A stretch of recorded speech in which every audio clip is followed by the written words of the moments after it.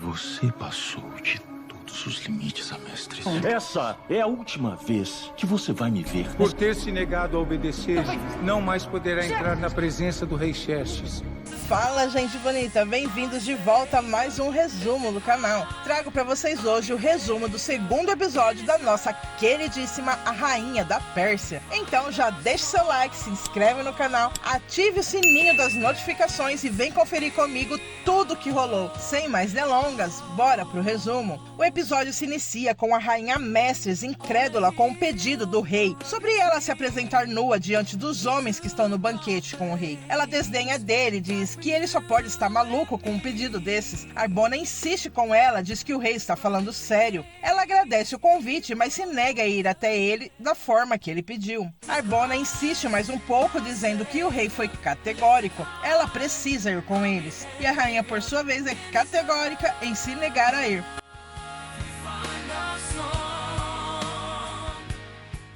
Na cena seguinte, enquanto Enoque se dirige à frente por ser convocado à guerra, Esther ainda tenta ir até ele, mas é impedida por Mordecai, afirmando que ninguém pode saber que ela é judia. Enoque se volta para o meio do povo e Esther o alcança. Pede que ele vá e diga aos oficiais que ele não pode ir, que ele peça licença, pois irá se casar. Enoque, ao dizer que não pode fazer isso, pois não é assim que as coisas funcionam, ela sofre e diz não ser justo.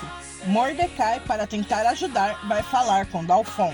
No banquete com o rei, Acalias e Neemias chegam diante do rei e Acalias apresenta seu filho. Diz que será treinado no palácio para servir o rei, para ser um eunuco. Xerxes gosta dele. Diz que ele se dará bem com seu filho mais novo, Artaxerxes, pois os dois parecem ter a mesma idade. Arbona chega e o rei pergunta por ela, mas ele, meio com medo, hesita em falar. O rei, sem paciência, pede que ele fale logo. A rainha se recusou, meu rei, diz Arbona, deixando o rei desacreditado com sua desobediência. O rei, ficando furioso, começa a jogar as coisas por ali. Arbona ainda tenta acalmá-lo, mas o rei está enfurecido. Ele grita sua autoridade, dizendo ser o rei, e tudo na Pérsia acontece sob seu domínio. A cena corta para Mordecai, que está falando com Dalfon, intercedendo por Enoque. Explica que ele vai se casar e que ele não pode servir ao exército. Dalfon, soberbo e altivo, pergunta quem ele é para dizer que o rei pode ou não fazer. Então pergunta o nome dele. Mordecai, responde ele, eu sou um oficial do rei. Dalfon, irônico, pede desculpas a Mordecai, dizendo que se soubesse que ele é um oficial do rei, não teria falado daquele jeito, e pergunta então de quem ele é filho. Mordecai responde de Jair, e Dalfon, querendo se mostrar cordial, diz que foi um prazer conhecê-lo. Quando Mordecai sai, Dalfon fala algo ao que está convocando aos homens, e minutos depois, ele diz em alto e bom som. E por último, Mordecai, filho de Jair, surpreendendo Mordecai, Esther, Enoque e sua família. Dalfon simplesmente sorri para ele descaradamente. Esther sofre mais uma vez e o abraça. Na cena seguinte, o banquete com a rainha se segue. Nesse momento, Artemisia chega com seus belos bichinhos de estimação, deixando as mulheres agitadas e com medo. A rainha pede calma a elas, pois deu uma missão aos pequenos soldados de Artemisia e gostaria que elas presenciassem. Depois de um discurso, a rainha diz a Artaente, sua nora, que tem uma surpresa dedicada a ela. Enquanto isso, na sala do trono, o rei conversa com os sábios, diz que não pode deixar essa atitude de desobediência de Amestres passar impune. Pergunta ao sábio Memucan o que deve ser feito segundo a lei por não ter cumprido sua ordem. Memucan diz que ele tem toda a razão de se chatear, pois essa afronta não foi feita somente ao rei, mas a todos os príncipes de todas as províncias, e o rei então terá que tomar uma atitude drástica. Sugere ao rei que baixe um decreto real, que se inscreva nas leis dos persas e dos medos, que não se revogue, que Amestres fique proibida de comparecer à presença do rei para sempre. De volta ao banquete com a rainha, a Mestres pede que tragam uma mulher. É a mãe de Artaínthe, que está seminua e machucada, indicando que seus seios foram arrancados. Quando Artaínthe se desespera ao ver a mãe em tal estado, tenta ir até ela, mas é segurada por Artemísia. As mulheres ficam agitadas com a cena e a rainha pede calma e que vão entender sua atitude. A mãe de Artaínthe tentou seduzir o rei e o que irá fazer servirá de lição para que outras não tentem fazer o mesmo. Ela se aproxima da mulher, diz baixo que sabe que ela não fez nada, mas era ela ou Artaínthe. Quando se afasta, diz que os seios dela já se foram e só falta agora a língua, as orelhas e o nariz. Então dá a ordem para que os guardas a executem. Ao ver a cena, Artaínthe desmaia de desespero e a rainha lança o que sobrou da mãe dela aos cães. Na sala do trono, o rei fica todo preocupado com a sugestão de Memucã, pois se fizer isso, ficará sem sua rainha. Mas Memucã diz que não, pois lhe sugere que dê o reino de Amestres para outra, que seja melhor do que ela. O rei então dá a ordem que seja feito decreto Memucã, e a partir daquele dia, a rainha não poderá entrar mais em sua presença. E não só isso, que sejam enviadas cartas a todas as províncias do reino, segundo o seu modo de escrever e a sua língua, e que todo homem seja senhor em sua própria casa. Em casa, Mordecai com sua família, ele tenta acalmar Iona, mas ela está nervosa. Diz a ele que ele é oficial do rei, que ele tem que fazer alguma coisa. Radassa diz que deve ter sido um engano, e nervosa também diz que eles não podem fazer isso. Eles querem tirar tudo dela.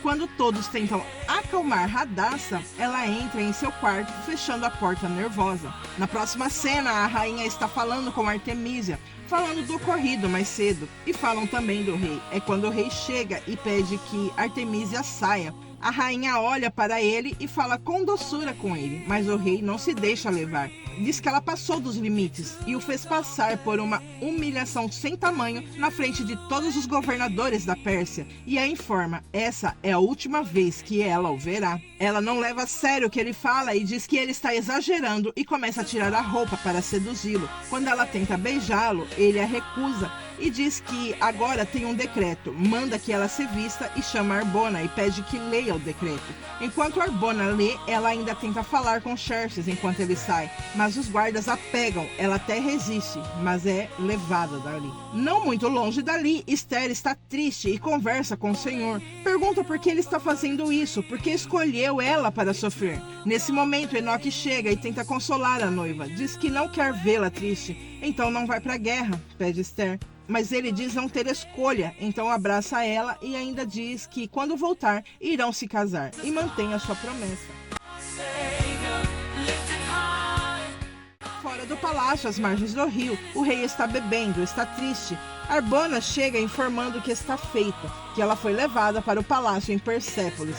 O rei cambaleia um pouco, seu semblante é de profunda tristeza. Arbona sugere ao rei chamar uma de suas concubinas, mas ele não quer, diz que não quer mulheres com ele naquele momento. No dia seguinte, o exército marcha para a guerra e com os soldados vão Mordecai e Enoque. Radassa, angustiada, fura a barreira de soldados e vai até Mordecai e o abraça, e pede por favor que voltem para ela. O rei percebe o exército parado e pergunta o que está acontecendo, olhando Esther de longe. Artabano vai até ela e manda que saia, que pare de atrapalhar o exército sair da cidade. O exército então segue. Na cena seguinte, meses depois, o rei observa as terras à sua frente e diz que, já que os gregos se negam a entregar suas terras, que sejam trucidados, assim como fizeram quando jogaram os mensageiros do rei em um poço.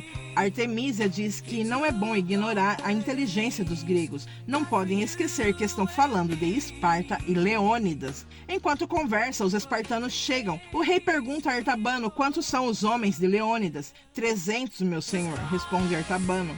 E os espartanos continuam a marchar. Quando param, os soldados persas perguntam que mensagem entregar ao rei Xerxes. Diga ao seu rei que se ele quiser a mim e as minhas armas, que venha buscar pessoalmente, diz Leônidas. Os soldados persas ameaçam Leônidas, que ri de suas ameaças. Ele então diz que irão lutar. Ele aceita a cortesia persa, desdenhando de Xerxes. Em Suzã, Esther conversa com Deus. Ela se conforma com a situação e diz a Deus que desiste e que seja feita a vontade dele em sua vida. Ali ela se entrega totalmente nas mãos de Deus. E este resumo termina aqui. O meu muito obrigada por assistir. E se você chegou até aqui, deixe seu like, se inscreva no canal, acompanhe todos os nossos resumos. Você já assistiu a 12ª temporada de Reis? Os resumos estão todos aqui. Temos uma playlist completa, é só conferir. Temos Neemias? Temos! Peço que compartilhe esse vídeo para que mais pessoas possam já chegar. E eu vou ficando por aqui. Até a próxima. Tchau!